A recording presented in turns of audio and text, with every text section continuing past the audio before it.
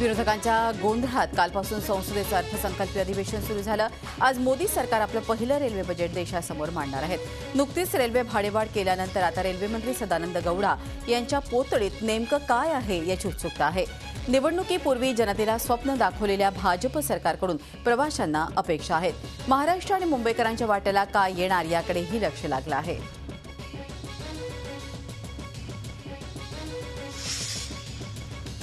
मुंबईत मेट्रोच्या दरवाढीला हायकोर्टानं स्थगिती दिली आहे। 9 जुलैपासून रिलायन्सकडून प्रस्तावित केलेली 10 ते 40 रुपये भाडेवाढ सरसकट करता येणार नाही।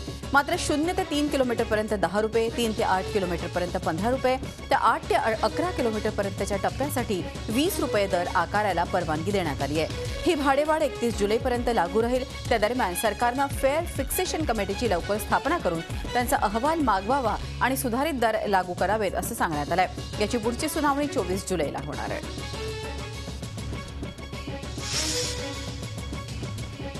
वर्सोवा अंधेरी घाटकोपर मार्गावर सुरू झालेल्या मेट्रो रेल्वेच्या प्रवासी संख्येनं महिना उलटल्याच्या आतच 1 कोटीचा टप्पा ओलांडलाय। मुंबई मेट्रो 8 जून रोजी मुंबईकरांच्या सेवेत दाखल झाली। महिना पूर्ण होण्याच्या आधीच मेट्रोतून 1 कोटी प्रवाशांनी प्रवास केला। या महिनाभरात मेट्रोच्या 13,000 फेऱ्या झाल्या आणि त्यातून 1.5 लाख किलोमीटर इतकं अंतर कापलं गेलंय। रेल्वे बजेटनंतर सादर होणाऱ्या अरुण जेटलींच्या अर्थसंकल्पाकडून शेअर बाजाराला आशा आहेत। आकडा पार केला। निफ्टीही नव्या उच्चांकावर पोहोचलेला आहे।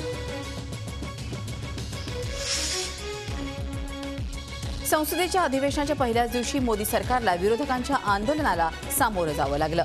महागाईच्या मुद्द्यावरून टीएमसीचे तापस पाल यांच्यासह कार्यकर्त्यांनी नवी दिल्लीत जोरदार आंदोलन केलं।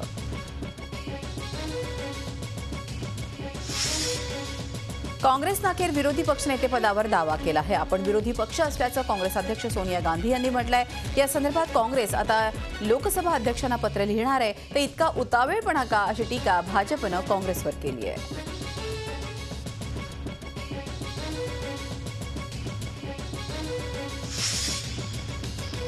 विरोधी पक्षनेता न स्वीकारणं हे अन्यायकारक हे असं काँग्रेसचे ज्येष्ठ नेते कमलनाथ यांनी म्हटलंय। विरोधी पक्षनेत्यासाठी 10% सदस्य संख्या असणं असा कुठलाही नियम नाही असंही कमलनाथ यांनी म्हटलं आहे।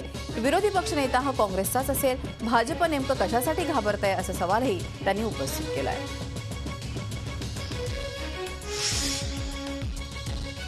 दिल्लीत झालेल्या सत्तांतरानंतर येत्या काळात होणारे राजकीय बदल लक्षात घेता राष्ट्रीय स्वयंसेवक संघाचे माजी प्रवक्ते आणि अखिल भारतीय सहसंपर्क प्रमुख राम माधव आता भाजपमध्ये दाखल होणार आहेत। मध्य प्रदेशच्या उज्जैन इथं संपलेल्या 3 दिवसीय प्रांत प्रचारकांच्या बैठकीत हा निर्णय घेतला आहे। संघाच्या दृष्टीनं देशात असलेल्या 41 प्रांतांचे 41 प्रचारक, कार्यकारिणीचे सदस्य आणि वरिष्ठ पदाधिकाऱ्यांच्या बैठकीत हा निर्णय घेण्यात आला आहे। भाजपच्या नव्या अध्यक्षांची घोषणा बुधवारी होण्याची शक्यता आहे। या पदासाठी मोदींचे विश्वासू सहकारी अमित शहा यांचे नाव आघाडीवर आहे।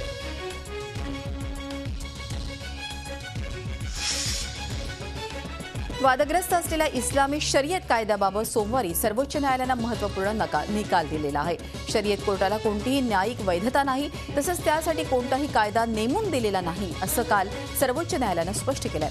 निरपराध नागरिकांविरोधात शरीयत हुकूम फतवे काढत असले तर ते बेकायदेशीर आहेत असं सर्वोच्च न्यायालयानं स्पष्ट केलंय। तसंच निरपराधांना शिक्षा करण्याचा कोणताही अधिकार कोणत्याही धर्माला नाही असं मत सर्वोच्च न्यायालयानं व्यक्त केलं आहे।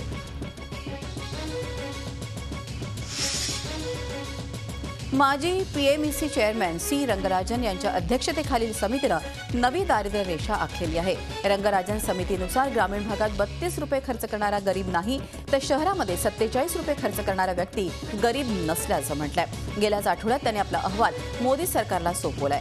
अर्थसंकल्प अधिवेशनाच्या पार्श्वभूमीवर गरिबीच्या या नव्या परिभाषेमुळे नव्या वादाला तोंड फुटू शकतं।